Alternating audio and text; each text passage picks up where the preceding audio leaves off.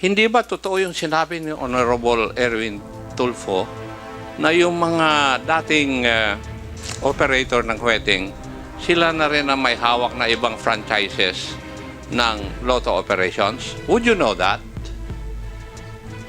Para pong sabi nila yung dating mga wedding, yun ang illegal, ngayon nilegalize na Yes. At totoo rin po ba na sila po ang may hawak ng iba-ibang franchises sa iba't ibang lugar ng ating bansa? Hindi ko naman po mga kilala ang mga... Pakisagot nyo lang po yung akin. Hindi ko naman tinatanong kung kakilala po nyo sila.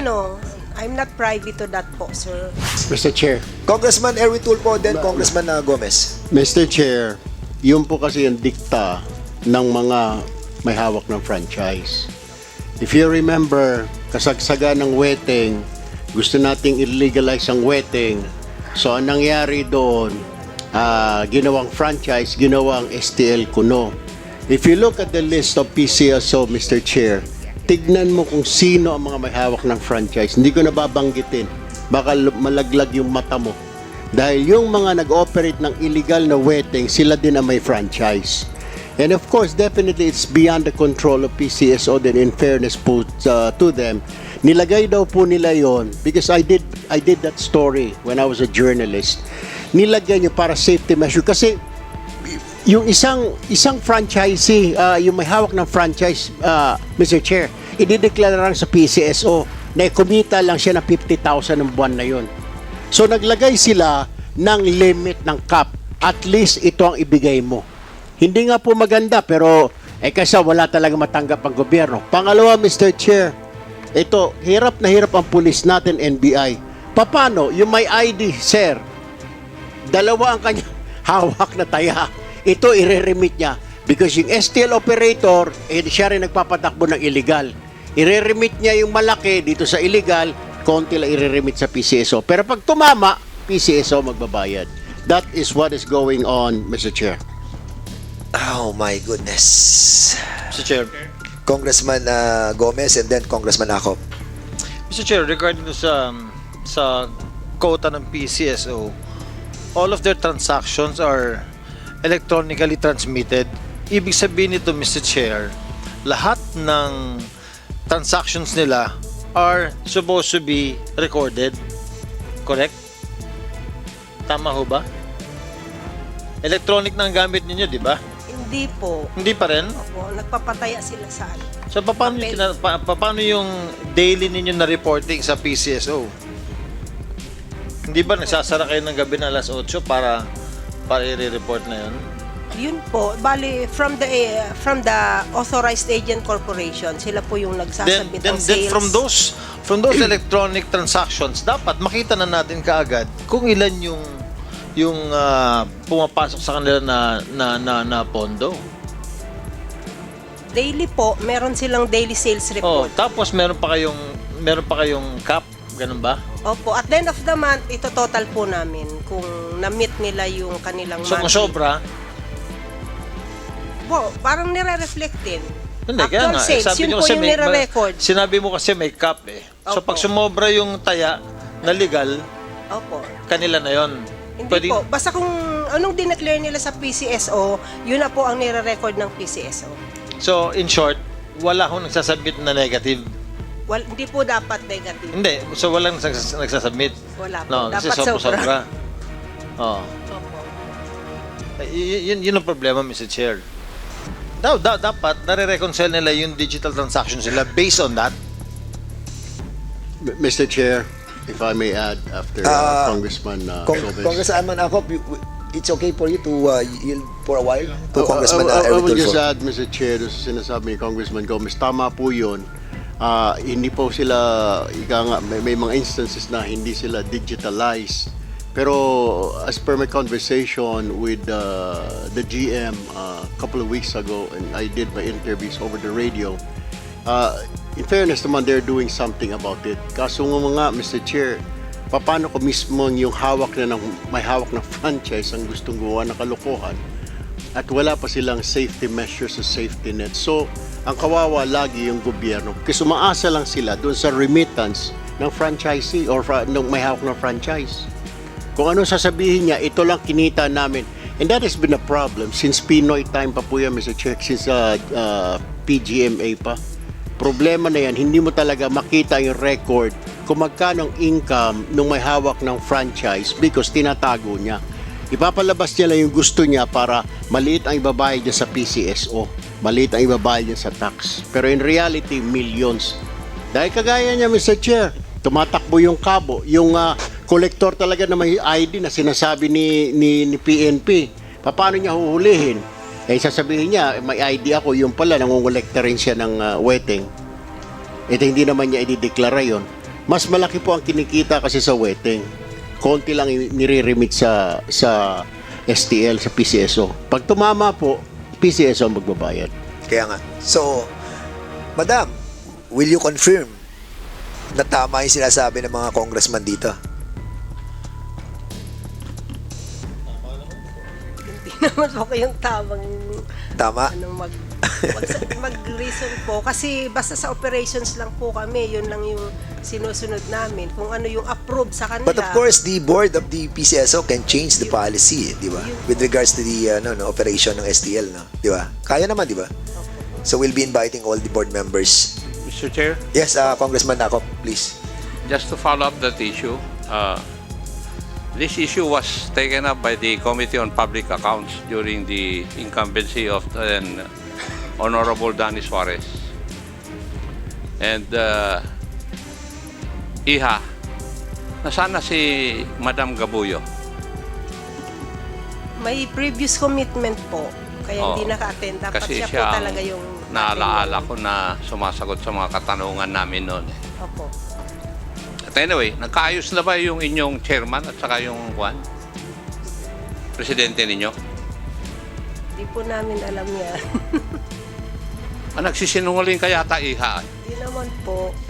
Hindi talaga. Sir. Ibig mo sabihin, Personal. kayo ang nandun, hindi nyo alam na may sigalot sila.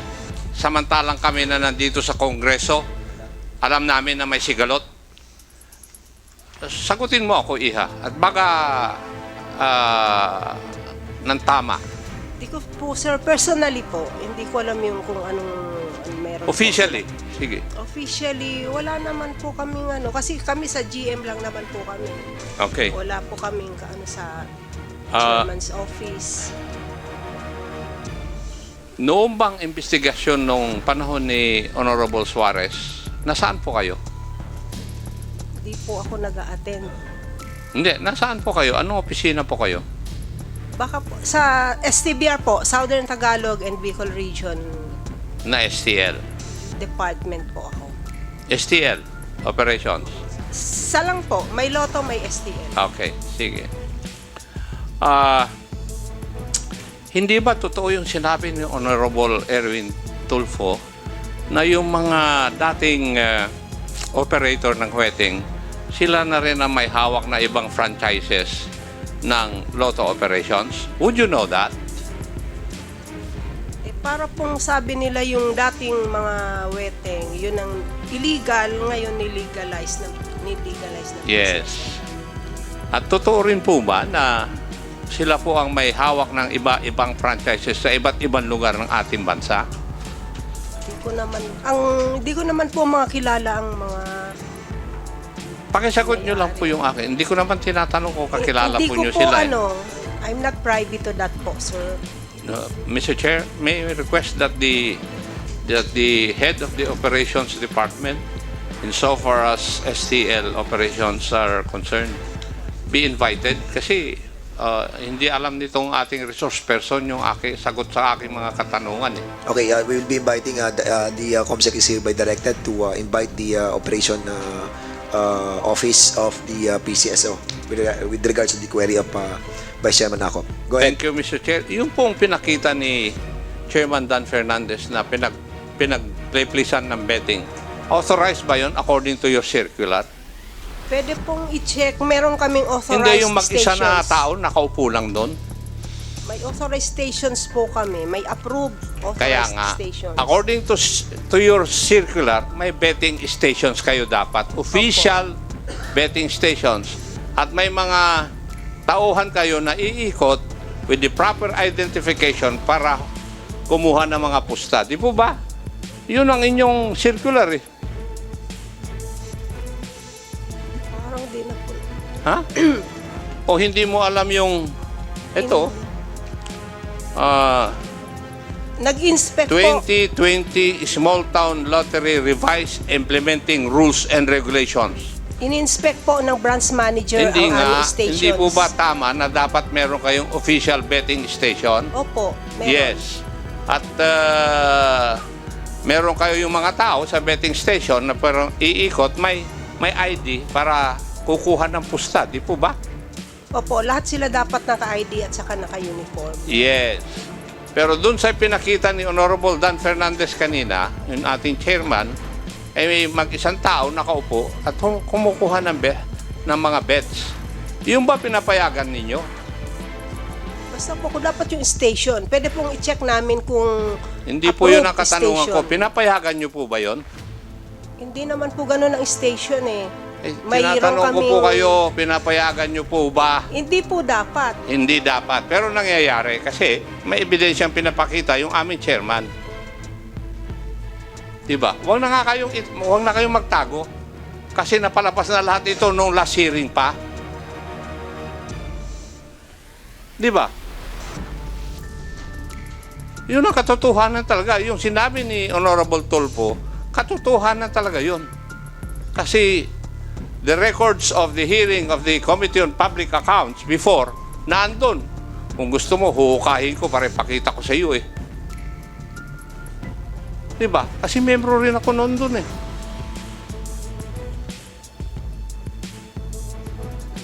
So huwag nyo na kasing pagtakpan. Alam nyo naman to eh. Kung alam namin, galing naman sa inyo lahat yung ebidensya noong kami nag-hearing eh. Galing sa PCSO. Kasi, ang importante lang sa inyo, yung amount, ano nang tawag nyo ron, doon sa dapat monthly na ibigay ng franchise holder. GMMRR Oo, po. yun din ang inaasikaso ng lotto operator. Masatisfy lang niya yun, pero yung iba doon, puro illegal na. Kasi yun din ang problema ng PNP. Kagaya ng sinasabi ni General Lucas. Uhuli nga sila nung kumukuha ng pusta, pero yung operator ng lotto gagawa ng certification na yan ay mga tao namin at legal yung ginagawa. Noon pa nangyayari yan, Iha. Oh, if you do not know that, ay hindi ko alam kung saan po kayo nanggaling.